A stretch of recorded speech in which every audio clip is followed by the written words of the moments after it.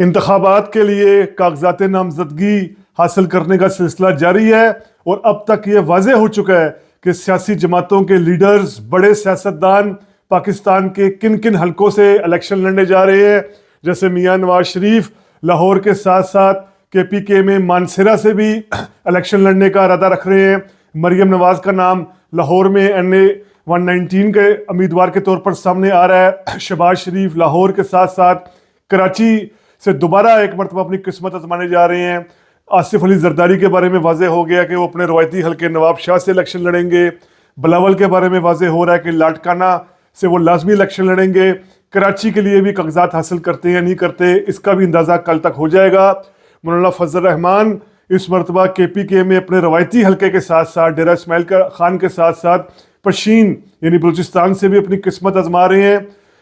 اور سب سے انٹرسٹنگ بات، عمران خان بانی PTI کے بانی عمران خان 3 جگہ سے اپنی قسمت آزمانے کا ارادہ رکھتے ہیں، یعنی لاہور سے، میاں والی سے اور اسلام آباد سے.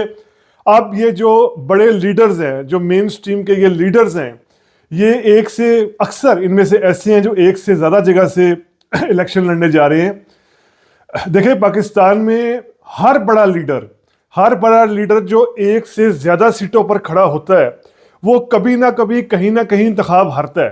جیسے ایک بڑی مثال میں دوں گا، ذوالفقار علی بھٹو 1970 میں ڈیرہ اسماعیل خان سے خود اپنی سیٹ ہار گئے تھے. باقی جگہ سے ان کو کامیابی ملی، لاہور، لاٹکانہ، لیکن ڈیرہ اسماعیل خان کی اپنی سیٹ انہوں نے لوز کر دی مولانا مفتی محمود کے ہاتھوں، جمیعت علماء اسلام کے ہاتھوں، فضل الرحمان کے والد کے ہاتھوں. بے نظیر بھٹو شکست کھا چکی ہیں پشاور میں غلام بلور سے، ANP کے امیدوار غلام احمد بلور سے شکست کھا چکی ہیں. نواز شریف صوبائی انتخابات میں شکست کھا چکے ہیں 88 میں پاک پتن سے. اسی کے ساتھ اگر ہم دیکھیں عمران خان تو خیر 97 میں بھی ان کو پوری شکست ہوئی. 2002 میں کئی حلقوں سے ہارے. 2013 میں عمران خان لاہور سے ہارے لیکن باقی جگہوں سے کامیاب رہے، پشاور سے اور باقی جگہوں سے کامیاب رہے. اسی طریقے سے مولانا فضل الرحمان ڈیرہ اسماعیل خان سے کبھی جیتتے ہیں تو کبھی ہارتے ہیں. یعنی یہ کوئی اسی اور بھی کئی لیڈرز ایسے ہیں. خان عبدالولی خان الیکشن ہارے ہیں. سابق وزیر اعظم ہم دیکھیں غلام اسود جتوئی الیکشن ہارے ہیں. محمد خان جنیجو الیکشن ہارے ہیں. تو یہ یعنی بات ضروری نہیں کہ کوئی امیدوار جو ہے وہ جتنی سیٹوں سے بھی لڑا ہے، جتنا مرضی بڑا لیڈر ہو وہ تمام سیٹوں سے کامیاب ہوگا. 2018 میں عمران خان نے اس حوالے سے ایک ریکارڈ بنایا تھا کہ وہ تمام 5 کی 5 نشستوں پر کامیاب رہے تھے. لیکن 2018 کے انتخابات جس طرح ہوئے تھے وہ ہر کسی کو پتہ ہے کس طریقے سے عمران خان کو جتوایا گیا تھا. شاید عمران خان نے خود ہی اس وقت ضد کی ہو جنرل فیاض اور جنرل باجوہ کو کہ جی میں نے ایک ریکارڈ بنانا ہے کہ میں واحد ایسا PM کینڈیڈیٹ ہوں گا جو کسی جگہ سے بھی نہیں ہارا. تو جنرل فیاض اور جنرل باجوہ نے عمران خان کو خوش کرنے کے لیے شاید یہ کیا اور چلو جی ان کو 500 جگہ سے جتا دو. تو عمران خان 500 جگہ سے کامیاب ہو گئے، ورنہ ایسا ہوتا نہیں ہے. اب بھی اگر ہم دیکھیں تو بظاہر ان سیاستدانوں نے، ان سیاسی لیڈرز نے اپنے لیے بہت سیکیور سیٹس چنی ہیں. یعنی اگر آپ نواز شریف کو دیکھیں تو لاہور میں وہ اپنے آپ کو سیکیور سمجھ رہے ہیں. لاہور کے ان حلقوں میں جن حلقوں سے وہ روایتی طور پر انتخاب لڑتے آ رہے ہیں، جہاں نون لیگ کافی پہلے سے مضبوط ہے. اسی کے ساتھ اگر ہم بات کریں مانسہرہ کا جو انہوں نے انتخاب کیا ہے تو یہاں یہ بات بھی ذہن میں ہمارے ہے کہ یہ وہ علاقہ ہے، یہ مانسہرہ، ہری پور، ایبٹ آباد، یعنی جو یہ ہزارہ بیلٹ کہلاتی ہے، یہاں پر نون لیگ ویسی مقبول رہی ہے 90s میں. اور 1993 میں نواز شریف خود بھی ہری پور سے الیکشن جیتے تھے لاہور کے ساتھ ساتھ، اور پھر انہوں نے 93 سے 96 تک ہری پور سے اپنی سیٹ سسٹین رکھی تھی اور MNA رہے تھے. یعنی ہری پور میں بھی نون لیگ کا ایک کافی سٹرانگ ہولڈ رہا ہے. مریم نواز پہلی دفعہ انتخابات میں اتر رہی ہیں، فرسٹ ٹائم مقابلہ کر رہی ہیں. اس سے پہلے وہ انتخابات میں مدد کرتی رہی ہیں. خاص طور پر انہوں نے اپنی والدہ کلثوم نواز مرحومہ کی جو ضمنی الیکشن ہوا تھا، جب خود کلثوم نواز انگلینڈ میں زیر علاج تھی، تو مریم نواز نے یہاں پہ لاہور کے ضمنی الیکشن میں ایک بھرپور ایفرٹ کی، بھرپور کمپین چلائی اپنی والدہ کے لیے، اور پھر کلثوم نواز ہی یہاں سے کامیاب ہوئی. لیکن مریم خود اب اکھاڑے میں اتر رہی ہیں. لاہور کے کاغذات تو انہوں نے حاصل کر لی ہیں، لیکن اس کے ساتھ ساتھ جو بات کی جا رہی ہے کہ شاید کراچی سے بھی وہ الیکشن لڑیں. کراچی سے ان کو الیکشن لڑنے کے حوالے سے MQM نے بھی شہباز شریف کو یہ کہا تھا کہ مریم کو لاہور سے اتارا جائے. لیکن یہاں پر یہ بات بھی انٹرسٹنگ ہے کہ شہباز شریف کراچی میں جس حلقے سے اتر رہے ہیں اس حلقے سے مصطفیٰ کمال نے بھی، یعنی ایم کیو ایم کے لیڈر اور سابقہ جو پاک سرزمین پارٹی کے فاؤنڈر، آپ تو خیر ایم کیو ایم میں مرج ہو گئے ہیں، مصطفیٰ کمال ہی وہاں سے الیکشن لڑ رہے ہیں. تو یہ سوال بھی اب اہم ہے کہ اگر شہباز شریف اور مصطفیٰ کمال آپس میں اس طرح ایک حلقے سے الیکشن لڑیں گے تو پھر یہ ایم کیو ایم اور نون لیگ کے اتحاد کا کیا ہوگا. تو شہباز شریف نے بھی خیر کراچی سے اتنے سیکیور نہیں، لیکن لاہور سے انہوں نے اپنے آپ کو سیکیور رکھا ہے.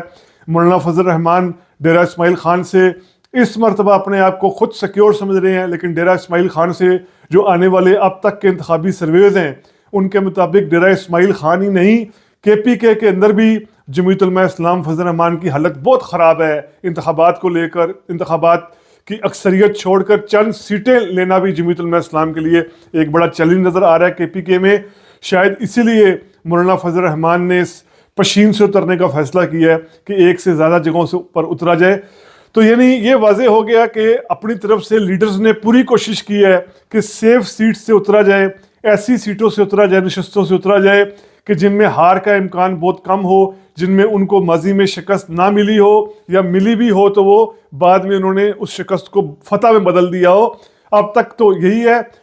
اس چیز کا حتمی اندازہ ہمیں تب ہوگا جب دوسرے مد مقابل کی جانب سے بھی، خاص طور پر پنجاب میں پی ٹی آئی کے امیدواروں کی جب لسٹ، فائنل لسٹ ہمارے سامنے آئے گی، اسی طرح کے پی کے میں پی ٹی آئی کے امیدواروں کی لسٹ ہمارے سامنے آئے گی، تو یہ واضح ہوگا کہ کیا ان بڑے سیاسی لیڈروں کو کانٹے کے ٹکر کا مقابلہ کرنا پڑے گا، ٹف ٹائم ملے گا نہیں ملے گا.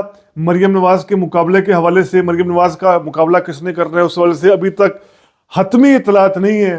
نام کئی لیے جا رہے ہیں، کئی پی ٹی آئی کی خواتین رہنماؤں کے بھی نام لیے جا رہے ہیں، لیکن حتمی طور پر ابھی نہیں کہا گیا.